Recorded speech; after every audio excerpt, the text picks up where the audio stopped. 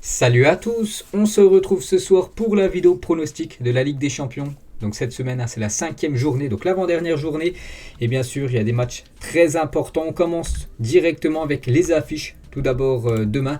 Donc c'est le groupe D les gars. Voilà, le groupe D, E, F, G. Voilà, demain et ABCD, ça sera mercredi. Donc tout d'abord les gars, dans ce groupe D, c'est le groupe par exemple du Bayern ou du FC Barcelone. Donc demain 18h45, le Dynamo Kiev reçoit l'équipe du Bayern Munich. Un petit coup d'œil au classement, mais bon, il faut que je le montre. Donc l'équipe du Bayern est déjà qualifiée, 4 matchs, 4 victoires pour le Bayern. Kiev, 1 point, aucune victoire, un match nul et déjà 3 défaites. Au match aller les gars, le Bayern avait écrasé l'équipe de Kiev 5-0.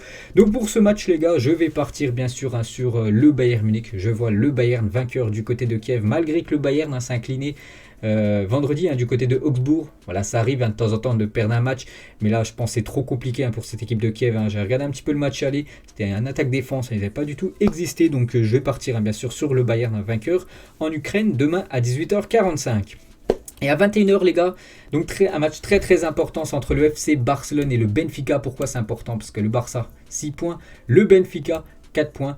Donc en gros le Barça, on peut dire, à son destin entre ses mains tout simplement, parce qu'il faut s'imposer. Si le Barça s'impose contre le Benfica, le Barça sera officiellement qualifié pour la suite de la Ligue des Champions. Donc n'oubliez pas que le Barça avait commencé 2 matchs, 2 défaites, donc il pourrait se qualifier dès la 5e journée, mais il faudra battre cette équipe du Benfica qui les avait battus 3-0 au match aller. Donc je vais partir sur le FC Barcelone, ça sera la première de Xavi sur le banc blaugrana en Ligue des Champions. Il y a déjà eu victoire il y a quelques jours, bon ça n'a pas été ouf le jeu contre l'Espagnol Barcelone.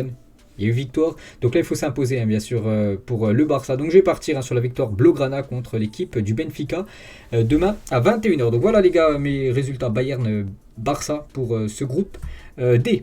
On passe au groupe E, donc c'est le groupe par exemple de Manchester ou même de l'Atalanta Bergame. Donc demain 18h45, il y aura Villarreal contre Manchester United. Donc c'est les deux premiers du groupe, parce que Manchester en tête et Villarreal deuxième 7 points. Donc les deux équipes sont ex-aequo à 7 points, donc sont bien partis pour se qualifier. Donc au match aller, je crois que Manchester, voilà, c'est bien ça, s'est imposé 2-1 contre Villarreal avec un but dans les dernières secondes de jeu de Cristiano Ronaldo. Donc on sait qu'actuellement c'est une équipe malade, c'est une équipe en difficulté Manchester qui s'est incliné ce week-end du côté de Watford. Il y a l'entraîneur qui a changé, normalement c'est Carrick, demain l'entraîneur des Red Devils. Donc pour ce match, je vois bien Villarreal accrocher l'équipe des Red Devils. Donc je vais partir sur le match nul les gars, sur cette rencontre. Et à 21h, les Suisses des Young Boys de Berne contre l'Atalanta Bergame. Donc au match aller, Bergame s'est imposé 1-0. Donc Bergame 3e. Donc 2 points de retard sur Villarreal et Manchester. Ils peuvent toujours se qualifier, il reste encore 6 points distribués bien sûr. Et les Suisses, dernier du classement. Je vais partir sur les Italiens de l'Atalanta Bergame, vainqueur contre les Suisses de Berne. On passe au groupe F, le groupe par exemple de Lille, bien sûr. Donc tout d'abord les gars, l'équipe de Séville contre Wolfsburg. Donc un petit coup d'œil au classement. À Séville actuellement ils sont derniers. On pensait tous qu'ils allaient terminer en tête tranquille de ce groupe quand même qui est homogène. Ce groupe à la portée de Séville. Non, voilà, ils sont 4e, il reste 2 journées. Attention à Séville qui peut toujours bien sûr se qualifier, mais ils peuvent toujours terminer en 4e position comme ils sont. Donc ils jouent contre l'équipe de Wolfsburg. Donc voilà, Séville les gars, il n'y a pas le choix. Ils se sont inclinés lors du dernier match contre Lille. 2-1 à domicile, donc là c'est leur dernière chance. Après bien sûr il y aura un déplacement pour eux, donc c'est leur dernier match à domicile. Il faut absolument s'imposer contre Wolfsburg qui est juste devant eux, même s'ils veulent accrocher au pire l'Europa League. Bon, je pense qu'ils visent quand même la Ligue des Champions bien sûr, mais voilà, je vais partir bien sûr sur Séville vainqueur. C'est une victoire obligatoire de Séville, sinon il n'y aura pas de Ligue des Champions, ils verront pas les 8e. Et Lille contre Salzbourg. Donc Lille, belle victoire 2-1 au match aller. Donc Salzbourg s'était imposé 2-1 contre Lille. Quand j'ai dit Lille vainqueur de 1, c'était lors du dernier match contre Séville bien sûr. Et Lille contre Salzbourg, au match Lille il y avait eu 2-1. Je crois que c'est la seule défaite d'une équipe française, je ne me trompe pas, depuis le début de la saison. Toutes les équipes engagées en Coupe d'Europe, c'est incroyable. Donc Salzbourg en tête, Lille deuxième 5 points. Donc c'est bien d'être parti s'imposer du côté de Séville. Maintenant il faut confirmer à domicile. On peut voir qu'il y a 2 points d'écart. Donc si Lille s'impose demain, voilà, on peut dire ils seront bien partis quand même pour voir les 8e de finale de la Ligue des Champions. Donc voilà, il faut s'imposer à domicile les gars. Voilà, après ce 2-1 obtenu en Espagne, il ne faut pas tout gâcher et il faut aller chercher les 3 points contre l'équipe autrichienne de Salzbourg. Donc je pars sur Séville et Lille vainqueur. Et on termine avec le groupe G pour les affiches de demain. C'est le groupe par exemple de Chelsea ou la Juventus. Voilà, les deux équipes se rencontrent direct. Énorme choc bien sûr. Chelsea, Juventus demain 21h. Un petit coup d'œil au classement. Donc les deux équipes sont déjà qualifiées. Parce que voilà, Juve a 4 matchs, 4 victoires. Il s'était imposé 1-0 au match aller contre l'équipe de Chelsea. Donc Chelsea, il faudrait qu'ils perdent les deux. Il faudrait que le Zénith gagne leurs deux derniers matchs. Bon, c'est quasiment impossible. On peut dire voilà, Chelsea et Juve... déjà qualifié, mais vous savez que la première place est très très important. Donc voilà, Chelsea qui reçoit cette équipe de la Juventus. On sait que Chelsea, un premier de première ligue, dernier champion d'Europe, ils vont vouloir faire un gros match contre la Juventus qui les ont battus au match aller. Et je vais partir sur Chelsea, les gars, vainqueur contre la Juventus. Donc Chelsea s'est imposé 3-0 ce week-end, la Juve s'est imposé 2-0 du côté de la Lazio. Donc deux équipes en grande forme. Donc je vais partir quand même sur les Blues de Chelsea, un vainqueur à Stamford Bridge contre Turin. Et à Malmo contre le Zénith, donc Malmo 0 points, que des défaites, le Zénith 3 points, donc voilà, ça on peut dire c'est un match pour essayer de se qualifier pour l'Europa League. Je vais partir sur le nul, je vois bien l'équipe du Zénith quand même prendre un point du côté de Malmo, et l'équipe de Malmo prendre son premier point cette saison en LDC. Donc voilà déjà mes résultats pour demain. On passe mercredi, on commence directement avec c'est le groupe du Paris Saint-Germain, le groupe A bien sûr. Manchester City contre le PSG, un petit coup d'œil au classement. Donc City 9 points, le PSG 8 points, donc c'est le match on va dire de la première place. Voilà, parce que je pense que ces deux équipes vont quand même se qualifier pour la suite. Donc au match aller, le PSG s'est imposé 2-0 contre City. En plus j'étais au parc, voilà, pour ce match. C'était mon premier match de Ligue des Champions de ma vie que j'avais vu. Et j'avais vu cette belle victoire 2-0 des Parisiens. Vraiment un très très gros match, peut-être un match référence. Donc là cette fois-ci c'est du côté de City. Ça va être compliqué, n'oubliez pas qu'il y a De Bruyne. De Bruyne il est forfait pour ce match. Et j'ai eu match nul les gars. Voilà, je vais partir sur le match nul entre le PSG. Même un point, le PSG bien sûr, ils vont vouloir viser la victoire parce que même un match nul, ça arrangerait les affaires de Manchester City qui serait toujours en tête.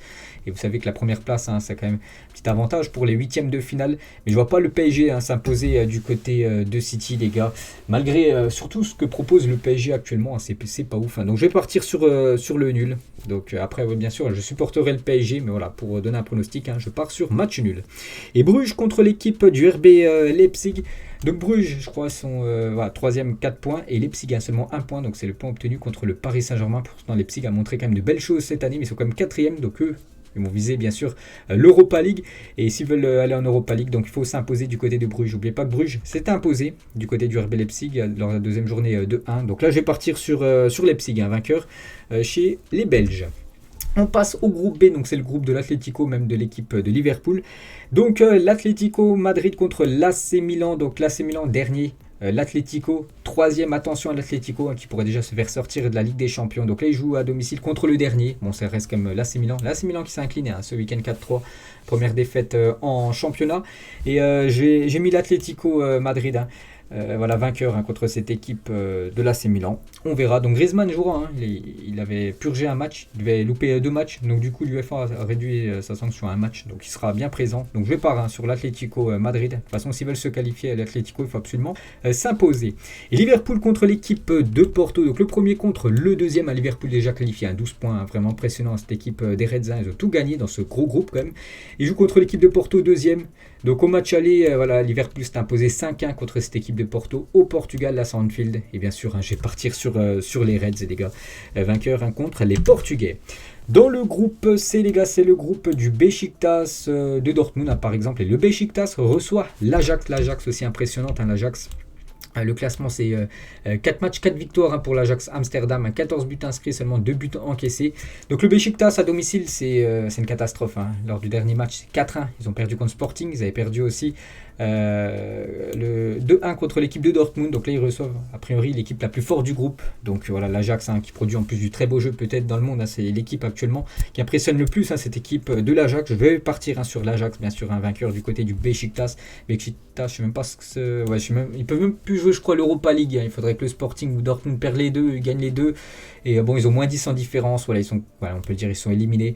Donc pour ce match quasiment sans enjeu pour le Beşiktaş ou même pour l'Ajax, vu qu'ils sont qualifiés. Je vais partir sur l'Ajax vainqueur. Et là, gros choc, les gars. Le Sporting contre Dortmund. Donc il n'y a que 2 places qualifiées pour la Ligue des Champions. Donc il y aura l'Ajax. Et là, c'est une finale. Dortmund contre le Sporting. Donc le match se déroule au Sporting. Donc au match aller, il y avait eu 1-0 pour Dortmund. Et pour ce match retour, les gars, je vais partir sur la victoire des Portugais du Sporting contre le Borussia Dortmund. Et on termine avec le groupe du Real Madrid. Donc l'Inter, 18h45, c'est mercredi contre le Shakhtar. Un petit coup d'œil au classement. Donc l'Inter, deuxième, 7 points. Le Shakhtar, troisième, 1 point. Le Shakhtar, les derniers, ils avaient sorti des poules, mais cette année, non, ils ne sortiront pas. Dernier, 1 point. Ils peuvent encore accrocher, voilà, troisième place, mais il faudrait encore que voilà, Sheriff perde leurs 2 derniers matchs. Bref, pour ce match, j'ai mis bien sûr l'Inter Milan, les gars, vainqueur contre le Shakhtar. Voilà, si l'Inter s'impose, ils seront bien partis de se qualifier. Après, tout dépend de l'autre résultat. Enfin, l'autre match, c'est quoi le résultat. Mais bon, je vais partir bien sûr sur l'Inter à domicile, hein, puisque c'est imposé contre Naples. Donc l'Inter vainqueur, et je pars aussi sur la victoire du Real Madrid, voilà, contre l'équipe de Sheriff. Donc en gros, si le Real et le Sheriff s'imposent, donc l'Inter ça ferait 10 points, le Real ça ferait 12 points et Sheriff ça ferait 6 points. Il ne reste plus qu'une journée, donc les deux seraient officiellement qualifiés, hein, c'est le Real et l'Inter s'imposent. Mercredi, donc voilà les gars, la fin de cette vidéo pronostic, hein. J'espère que ça vous a plu. On se retrouve dès demain les gars, voilà, aux alentours des midi, hein, pour parler de tous les matchs, hein, de demain soir. Ciao à tous et bonne soirée et à demain.